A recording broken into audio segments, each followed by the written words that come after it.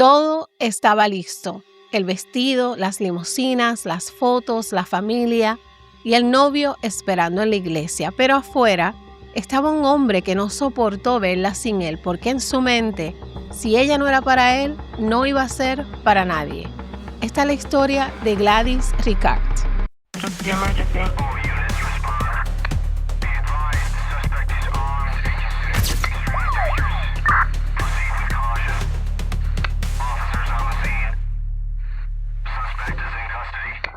Hola mi gente, bienvenidos una vez más a su canal Delitos de Sangre. Yo soy Magali, gracias por acompañarme hoy. Si todavía no te has suscrito, pues suscríbete porque este canal y esta comunidad se construyen con ustedes. Hoy vamos a hablar de una historia que duele muchísimo. Y aunque mucha gente la recuerda como el caso de la novia desvivida el día de su boda, la historia es mucho más que eso. Es la historia de una mujer dominicana que luchó, que se levantó, que construyó una vida con sus propias manos y que cuando por fin estaba a punto de entrar en la vida que tanto había soñado, se encontró con la forma más cruel de violencia. Y por eso hoy tenemos que comenzar por ella.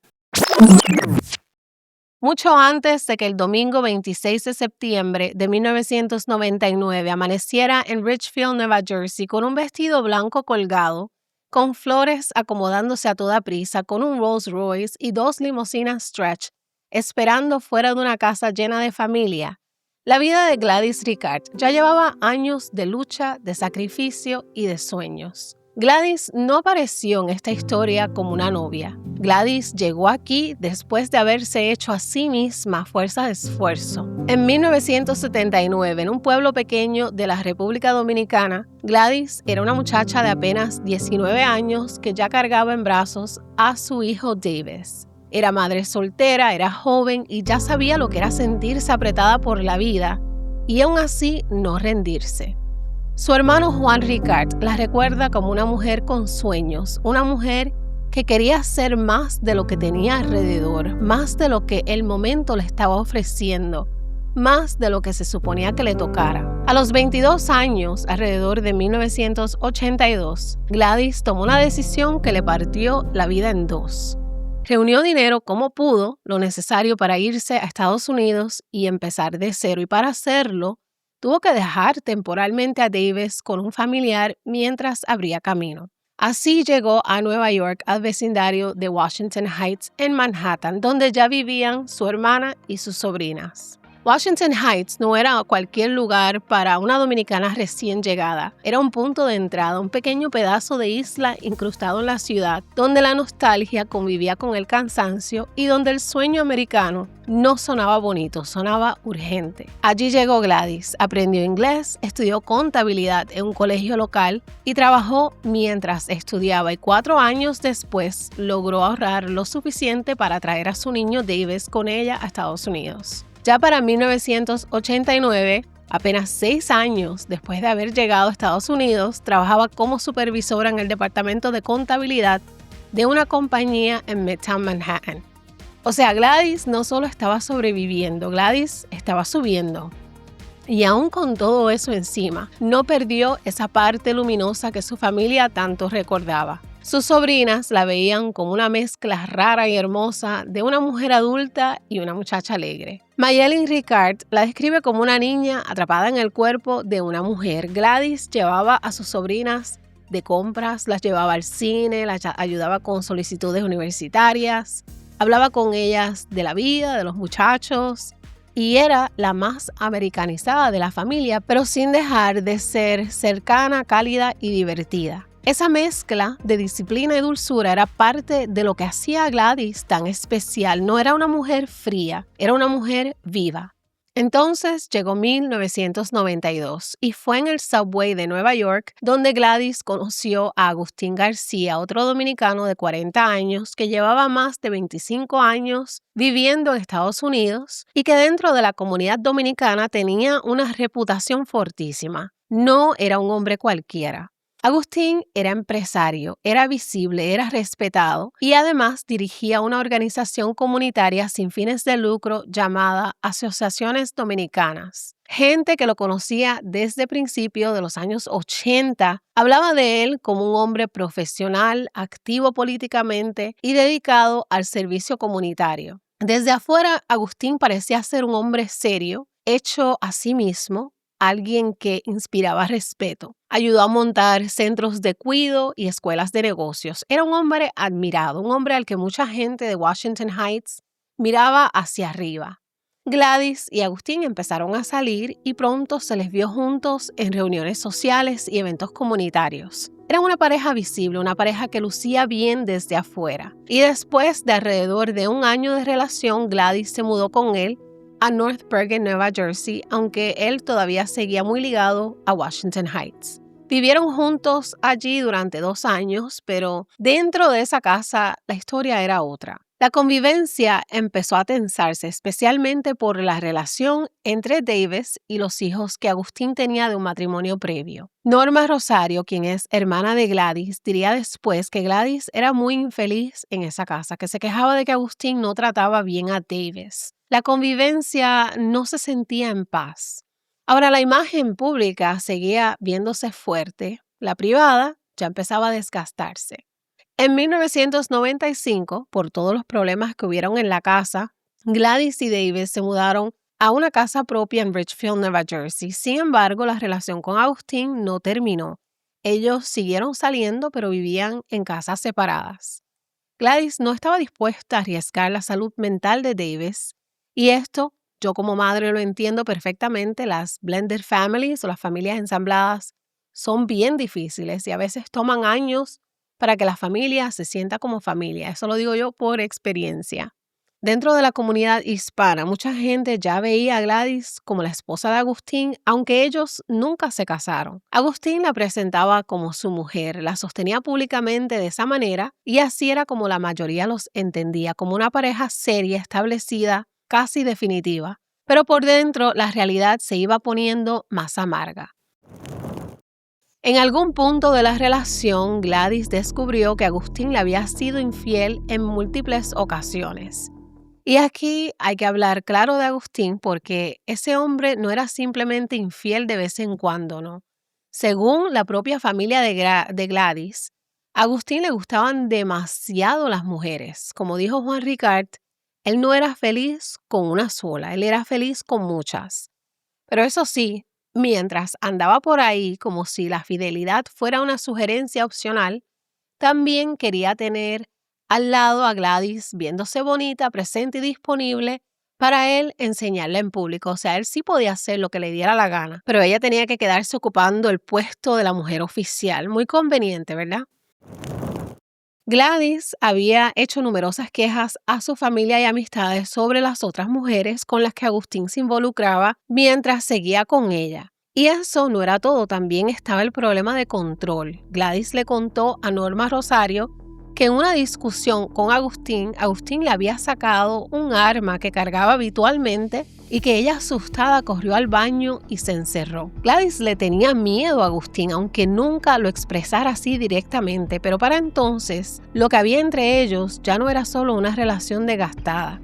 Era una relación en la que el miedo y la intimidación ya estaban ocupando demasiado espacio. Y a fines de 1998, cuando Gladys descubrió que Agustín tenía otra relación más, esta vez con una mujer mucho más joven de alrededor de 23 años, tomó la decisión definitiva.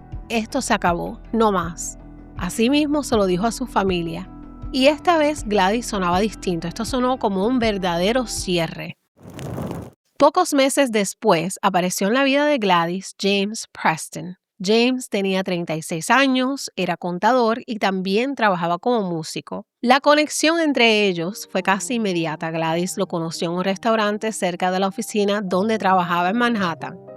La historia del primer encuentro quedó tan sembrada en la memoria familiar que hasta su propio hermano la repetía casi como una escena de película. Porque según él, Gladys le contó que James se le acercó para decirle que solo venía a presentar sus respetos a una mujer tan hermosa. Ellos hablaron y se gustaron y desde ahí la relación floreció. Con James, Gladys encontró una ilusión nueva, una sensación de futuro y una paz distinta. Y hay otro detalle que dice muchísimo sobre Agustín García. porque aunque mucha gente dentro de la comunidad los veía como una pareja formal, casi como marido y mujer, la realidad era otra. Agustín nunca le propuso matrimonio a Gladys. Nunca quiso hacerlo. O sea, quería presentarla como su mujer, quería tenerla a su lado, quería la imagen pública de una relación seria, pero no quiso darle el compromiso real. Y eso encaja perfectamente con el tipo de hombre que era, uno que quería tenerla, pero no necesariamente honrarla. Con James, Gladys estaba feliz, muy feliz, y sentía que con él sí podía tener una nueva vida, una vida feliz, incluso hasta más hijos. Y como Gladys tenía ya 38 años y seguía queriendo ser madre otra vez, la pareja decidió no esperar demasiado. Así que el compromiso duró poco, pero el sueño de la boda llevaba años dentro de ella. Ese sueño venía de mucho más atrás. Desde niña, Gladys había imaginado su boda ideal. Gladys tenía montones de libros de boda, sabía qué estilo de vestido quería, sabía lo que soñaba. Gladys prácticamente ya tenía todo ese día diseñado en su cabeza y quizá por eso pudo organizarlo con tanta rapidez. Sus sobrinas estuvieron entre sus 8 damas de honor. Davis, quien ya tenía 20 años para este tiempo, la acompañaría hacia el altar. Pero mientras Gladys se estaba acercando a la vida que tanto quería, Agustín se negaba a soltarla, no aceptaba el final. Durante el verano de 1999, vecinos comenzaron a verlo pasando por la casa de Gladys en Richfield, o sea, estaba estacionado cerca a horas raras de la noche. La investigación luego descubriría a un hombre posesivo, un hombre que no creía que Gladys tuviera derecho a decidir por sí misma, un hombre que la veía como una propiedad, su propiedad. Esa obsesión quedó clarísima el 12 de agosto de 1999, apenas 6 meses antes de la boda. Esa noche Agustín fue hasta la casa de Gladys y ella estaba dentro de la casa con James, pero no le abrió la puerta. Agustín se puso violento y empezó a tirarle piedras a la ventana. Gladys llamó al 911, la policía llegó y lo sometió, pero Gladys no quiso presentar cargos contra Agustín. Después de todo eso, siguió con sus preparativos de la boda. Así llegó el domingo 26 de septiembre de 1999. La casa de Gladys en Richfield, Nueva Jersey, estaba llena de movimiento. Había llegado un fotógrafo, un videógrafo, para documentar todos los eventos del gran día. Gladys se tomó fotos con su madre, con su hijo Davis, posó con flores en las manos, con esa alegría nerviosa de alguien que ha esperado tanto ese momento durante años. Afuera estaban listos el Rolls Royce y las 2 limusinas Stretch que llevarían a la comitiva a la iglesia. La ceremonia estaba pautada para las 4 de la tarde, pero ya en las primeras horas de aquella tarde, algunos familiares notaron algo extraño. Mayelín Ricard vio a Agustín García pasar en su carro por el vecindario y quiso avisarle a Gladys, pero una de las damas le dijo que no la pusiera nerviosa, que no le dañara el día. Mientras adentro, Gladys repartía flores a las damas, afuera Agustín estacionó su SUV cerca de la casa.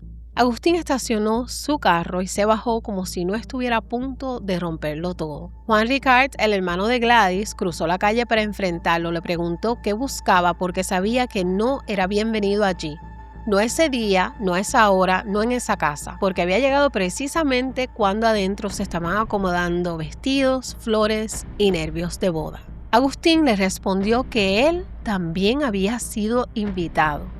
Y después siguió caminando hacia la casa, incluso saludando a un conocido al pasar, como si todo aquello fuera una visita cualquiera y no el umbral de una tragedia. Juan se fue detrás de él. Adentro, Gladys seguía sin saber que su pasado ya estaba en la puerta. Segundos después, Agustín entró a la casa y el día que debía llevar a Gladys Ricard al altar terminó convirtiéndose en la escena más brutal de la vida de su familia. Dentro de la casa en Richfield, Gladys todavía estaba repartiendo flores entre sus damas de honor. La cámara del videógrafo seguía encendida. El fotógrafo seguía dando instrucciones. Había voces cruzándose en español, pasos de un lado a otro, maquillaje, telas, movimiento, esa energía única de las horas antes de una boda cuando todo el mundo está acelerado pero feliz. You know how to put this, man? Yeah, man. I see. Take a lot of pictures, Mike. The only day I'm gonna do this, Mike. Hi, Caroline. Hi, how are you? Okay, bueno. Yeah. Okay, look at me now. Yeah. Look at me. ¿No sabes hacer? Yeah. Entonces Agustín entró, y lo que ocurrió después partió aquel domingo en dos. Los disparos estallaron en medio de la sala. La familia pasó en cuestión de segundos de estar ayudando a una novia a prepararse para el altar, a correr por sus vidas dentro de la misma casa donde hacía un instante solo había celebración. Juan Ricart vio a su hermana siendo alcanzada y se lanzó sobre Agustín sin pensarlo dos veces. Lo tumbó al piso, trató de inmovilizarlo, le suplicó que se detuviera, pero Juan contaría después que Agustín no mostró ninguna intención de parar. Dijo que lo vio acercarse todo lo que pudo y dispararle a Gladys apenas unas pulgadas de la cabeza. Esa fue, según Juan, la última bala que quedaba en el arma. Mientras eso ocurría, las damas de honor y las niñas salían como podían empujándose, gritando, buscando una salida entre el terror y la confusión. Pero la escena no terminó ahí. Dentro de la casa, Agustín trató de recargar su revólver calibre 38 y Juan consiguió quitarle el arma. Los dos siguieron forcejeando en una lucha que, según Juan, pareció durar una eternidad. Minutos después llegaron los agentes de la policía de Richfield, encontraron a los dos hombres todavía peleando en la cocina. Agustín gritaba que quería autoeliminarse y Juan estaba impidiéndole hacerlo.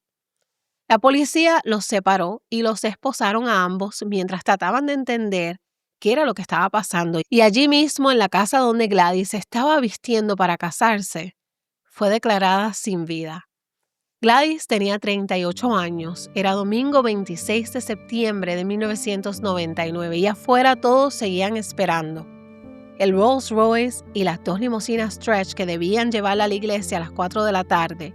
El novio ya estaba en la iglesia. A partir de ese momento, la historia dejó de pertenecer solo a la familia Ricart y entró de lleno al sistema judicial de Nueva Jersey, a la prensa, a la conversación pública y a un debate muy feo sobre cómo se cuenta el desvivimiento de una mujer cuando el agresor es un hombre admirado por mucha gente.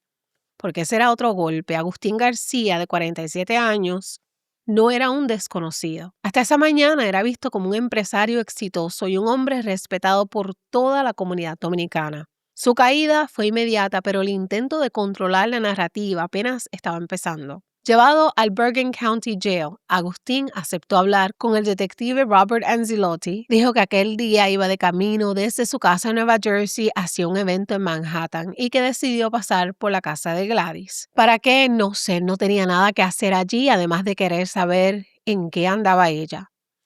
Agustín admitió que ese desvío estaba fuera de la ruta del evento que iba a Manhattan y que lo hizo para mantenerse pendiente de ella, ¿ven? Para seguirle los pasos.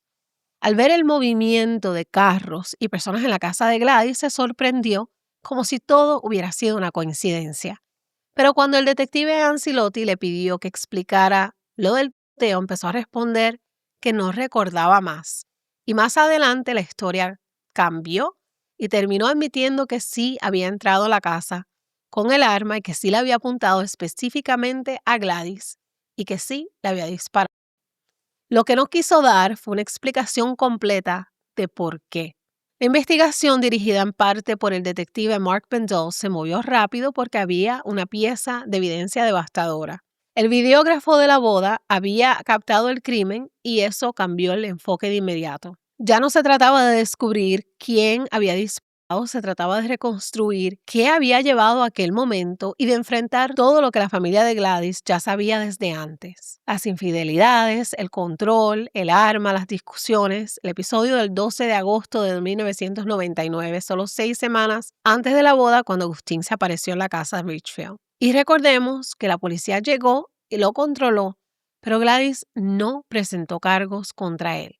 En los días siguientes, la reacción pública fue casi inmediata. Para muchísima gente, el caso parecía cerrado desde el principio. Él la había desvivido en video el día de su boda delante de su familia, pero la defensa de Agustín se organizó para pelear en otro terreno. Su abogado principal, Edward Jeregian, empezó a construir una teoría, The Passion Provocation, la llamada defensa de calor de pasión, que Nueva Jersey podía reducir una condena de asesinato a homicidio voluntario, o sea, la defensa del calor de pasión.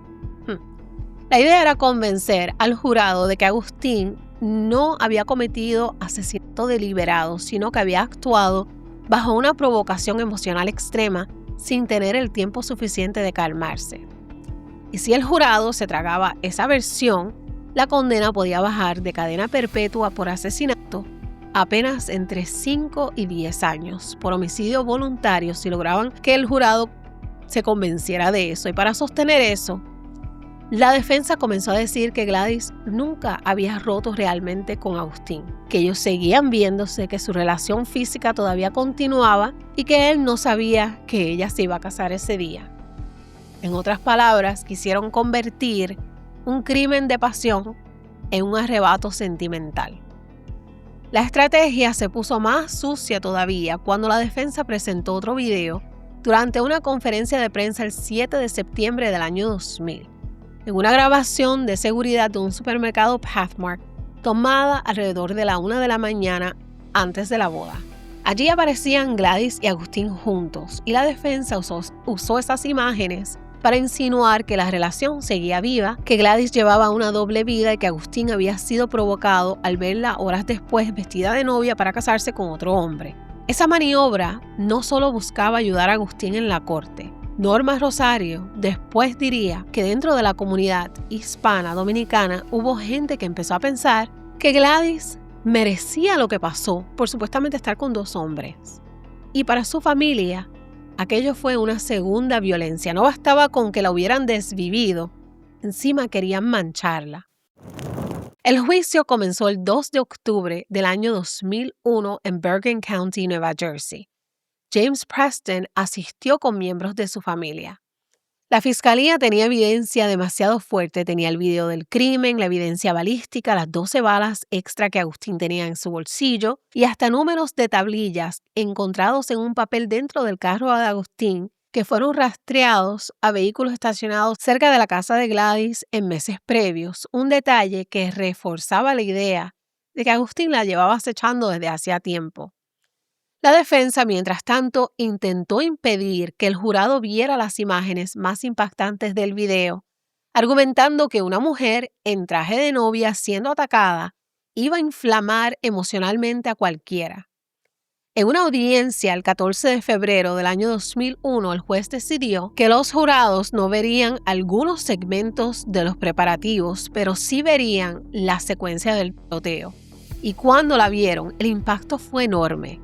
El video rompía cualquier intento de maquillar el horror. La imagen de Gladys, un segundo intercambiando besos con las damas, sus sobrinas, y al siguiente siendo alcanzada por disparos, resultó imposible de suavizar. La fiscalía también presentó una lectura distinta del video del Pathmark. Según esa teoría, Gladys sí había salido esa noche a comprar unas cosas para sus damas y Agustín la había interceptado de camino al supermercado. Juan Ricard, el hermano de Gladys, describió aquello como una escena de agresión, como otro asalto, diciendo que Agustín agarró a Gladys por la espalda, que Gladys se protegió con su cuerpo y que para la familia eso era otra muestra de que Agustín la estaba acechando.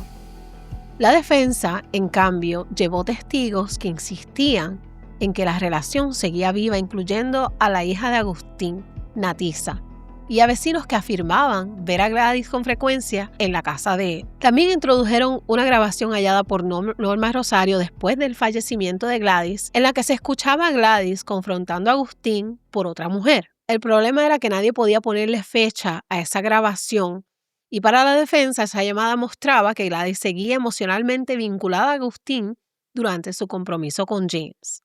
Para la fiscalía, esa llamada bien podía haber sido antes de la ruptura definitiva. I need to know, when did you start going out with the kids? You ask the questions, you can move on. Tú vas a destruir la relación, Agustín, porque si tú no me dices la verdad, la relación se terminó. El momento más inesperado llegó el 16 de octubre del año 2001 cuando Agustín tomó el estrado. Sus abogados habían preparado el terreno para una historia de shock, de celos y de pérdida del control al descubrir la boda.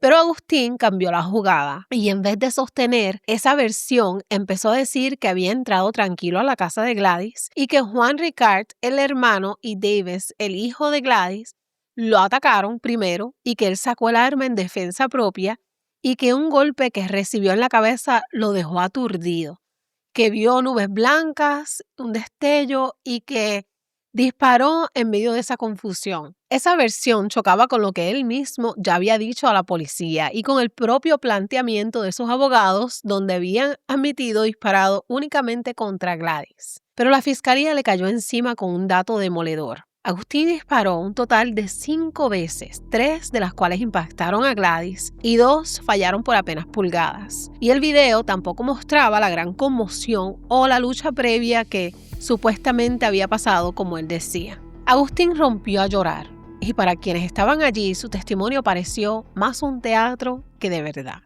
El 18 de octubre de 2001, ambas partes presentaron sus argumentos finales. La defensa insistió en que todo había sido una respuesta emocional, una explosión de calor de pasión. La fiscalía pidió al jurado que mirara las imágenes, la evidencia, la secuencia completa y que se preguntara cuánto espacio más se le iba a conceder a un hombre que había entrado armado a la casa de una mujer el día de su boda. El 22 de octubre de 2001, tras un solo día de deliberaciones, el jurado regresó con su decisión. Culpable de asesinato de forma unánime. Más tarde, algunos jurados admitieron que la defensa sí había logrado sembrar preguntas incómodas sobre la relación entre Gladys y Agustín, pero no lo suficiente para borrar lo esencial. Él la planeó, él la siguió y él la desvivió. Para el jurado una parte clave fue incluso que si se aceptaba que Agustín solo descubrió la boda cuando vio las limusinas y la decoración al doblar la esquina, todavía tenía tiempo de detenerse, tenía tiempo de pensar y simplemente irse, pero no lo hizo. Para la familia Ricard, el veredicto fue también una forma de recuperar algo que les habían intentado arrebatar después de la muerte de Gladys. Y esto era limpiar el nombre de Gladys. No podían devolverle la vida, pero sí restaurar su reputación. Y unos meses después, el 1 de febrero del año 2002, llegó la sentencia. Cadena perpetua con la posibilidad de libertad condicional después de 30 años. La historia, sin embargo, no terminó en esa sala. La historia de Gladys no quedó encerrada el 26 de septiembre de 1999. No se quedó solamente en la casa de Richfield ni en la cocina, donde Juan Ricard forcejeó con Agustín García, ni en la cinta de video que luego vería el jurado en Bergen County, Nueva Jersey. Discúlpenme todos los gallos que se me salieron durante esta historia, mi gente. Gladys Ricard y su vestido de novia terminaron convirtiéndose en un símbolo de una causa mucho más grande. Después del juicio, después del veredicto del 22 de octubre de 2001, y después de la sentencia del 1 de febrero de 2002, empezó otra etapa, una etapa en la que el nombre de Gladys ya no iba a estar únicamente ligado a la brutalidad de su muerte, sino también a algo que su familia jamás pidió, pero que terminó naciendo del dolor, que era convertirla en símbolo. En el primer aniversario de su desvivimiento, una mujer de Florida, Josie Ashton, hizo algo que nadie esperaba. Sacó su propio vestido de novia y corrió un maratón en memoria de Gladys. Cuando la gente le preguntó por qué llevaba puesto un traje así para correr, explicó que estaba haciendo una declaración contra la violencia doméstica y que lo hacía en honor a Gladys Ricard. Ese gesto que pudo haberse quedado en una imagen extraña de un solo día terminó encendiendo otra cosa, mi gente. Terminó ayudando a transformar aquel vestido de novia, el mismo símbolo de ilusión que había quedado congelado en la memoria del crimen, en una bandera de denuncia. De ahí fue saliendo una red de apoyo y de lucha. Grace Pérez explicó que la misión de quienes estaban alrededor de la familia Ricard era ayudar a sanar a la comunidad, a educarla y sostener a la familia en aquel proceso. Después de la condena de Agustín García, se formó New York Latinas Against Domestic Violence Y desde entonces el nombre de Gladys y la imagen del vestido blanco empezaron a aparecer en marchas, en vigilias y actos públicos como recordatorio de lo que puede ocurrir cuando una mujer intenta rehacer su vida y un hombre decide no permitirlo. Ya no era solamente la historia de una familia dominicana rota en Nueva Jersey. Era también una advertencia pública repetida cada año en las calles frente a otras mujeres y frente a otras familias. En 2002, el caso recibió todavía más atención nacional cuando la revista Marie Claire patrocinó una marcha contra la violencia doméstica en Washington, D.C. con Salma Hayek como portavoz. Lo que había empezado como una boda destrozada dentro de una casa en Richfield terminó siendo una historia que le habló a muchísimas otras mujeres. En esas marchas, el dolor seguía presente, pero ya no estaba quieto. Caminaba y se hacía visible, se convertía en una forma de hablar por Gladys y por otras mujeres. La propia familia Ricard participó en ese proceso. Lo que había pasado no se podía deshacer, pero sí se podía transformar en algo que evitara otros finales iguales. Y ese punto pesa mucho porque Gladys no se murió a manos de un desconocido en la oscuridad. A manos de un hombre que lo hizo frente a la familia entera sin importarle a quién destrozaba en el camino, sin importarle las niñas corriendo, sin importarle el hermano suplicándole que parara, sin importarle la madre, el hijo, las damas, la casa, la boda, el recuerdo que iba a dejar sembrado para siempre. Ese también fue uno de los motores de las marchas, no solamente la pérdida de Gladys, sino la manera en que fue arrancada del mundo, con un nivel de egoísmo y violencia que dejó marcada a toda una familia. Para entonces, la historia de Gladys Ricard ya había cruzado el espacio íntimo de la comunidad dominicana de Washington Heights y de Richfield y se había convertido en una historia conocida mucho más allá de Nueva York y Nueva Jersey. Aquel vestido, aquellas flores, aquella casa, aquella mañana de domingo ya hablaban de algo más grande, de la vulnerabilidad real de muchísimas mujeres atrapadas en relaciones donde el control, el miedo y la humillación y la vigilancia no siempre se reconocen a tiempo. Y aún así, dentro de la familia quedaba una pregunta mucho más difícil que todas las demás. No la pregunta jurídica, porque esa ya había sido contestada por el jurado. No la pregunta mediática, porque ya la prensa había hecho lo suyo. Quedaba la pregunta íntima, la pregunta que persigue a casi todas las familias de una tragedia así. ¿Cómo se pudo haber evitado esto? Las personas más cercanas a Gladys dirían después, con lo que sabían entonces, que ellos no imaginaron que las cosas pudieran llegar tan lejos.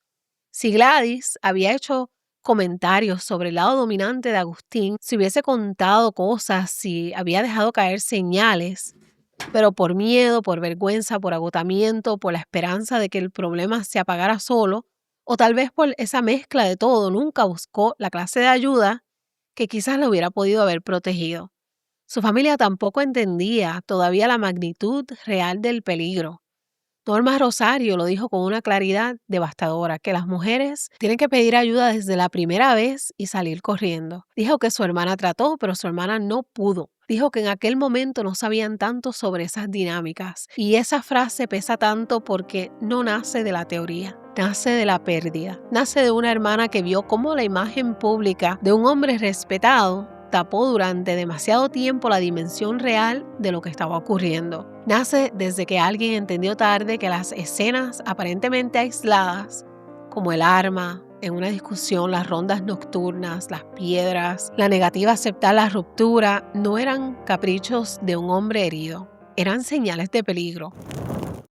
Y entonces, al final de todo, lo que queda es una imagen doble de Gladys. Queda la mujer viva que su familia recuerda de la República Dominicana, de Washington Heights, Midtown Manhattan, North Bergen y Richfield, la madre joven que emigró desde un pueblo pequeño de la República Dominicana, la mujer que aprendió inglés, que estudió, que trabajó duro, que trajo a su hijo Davis a Estados Unidos, que ayudó, compartía tiempo con sus sobrinas, que se enamoró, planeó su boda pensando que todavía tenía tiempo para una nueva vida. Y queda también la otra imagen, la que el país no olvidó, la de una novia de 38 años rodeada de flores y de familia, desvivida el día que se suponía marcar un comienzo.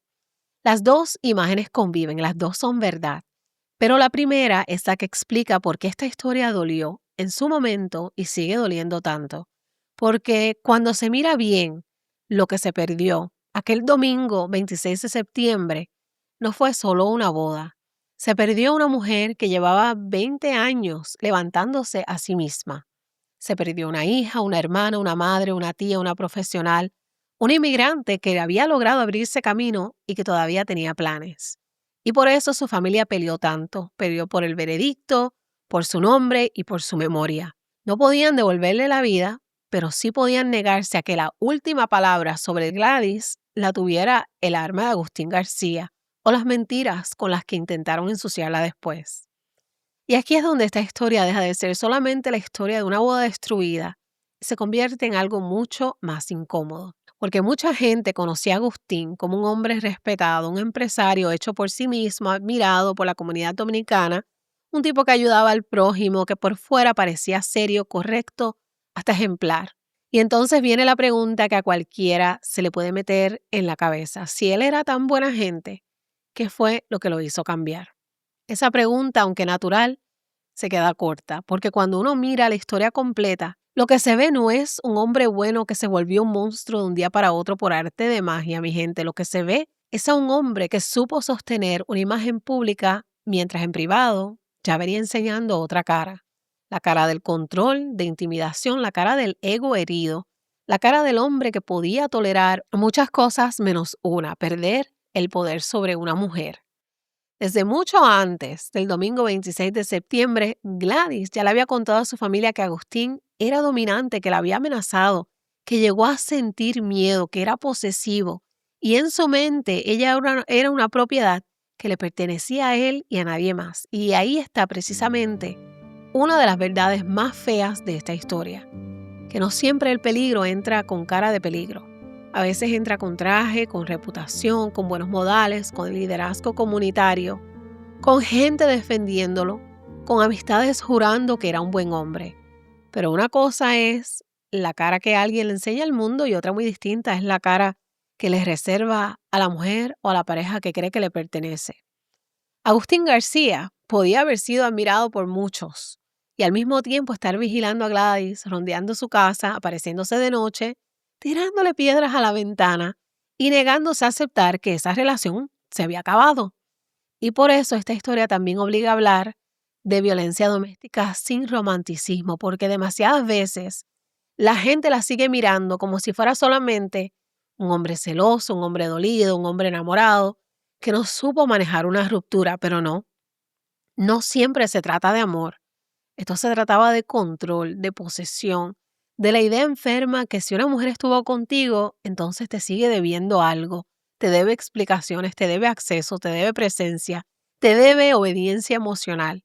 Y cuando esa mujer por fin dice que no, cuando se mueve, cuando rehace su vida, cuando se compromete con otro hombre, cuando se prepara para entrar a la iglesia de blanco, entonces algunos hombres no sienten tristeza, lo que sienten es humillación, rabia. Sienten que perdieron algo que creían que era suyo y aún después de desvivirla trató de ensuciar su nombre.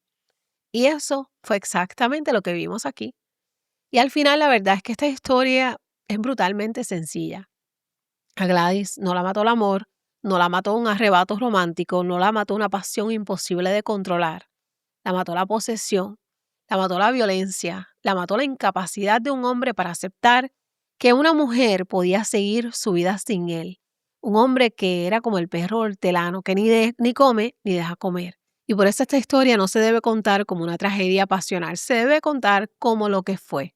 Violencia doméstica, control, castigo y feminicidio íntimo. Y esta, mi gente, fue la historia de Gladys Ricard, que en paz descanse. Tremenda tragedia, mi más sentido pésame para sus familiares que aún deben sentir su ausencia. Mi gente, es tan fácil alejarte, tan fácil volver a rehacer tu vida. Hay tanta gente en este mundo, tanta gente de más, tanta gente soltera, tanta gente que quieren estar en una relación.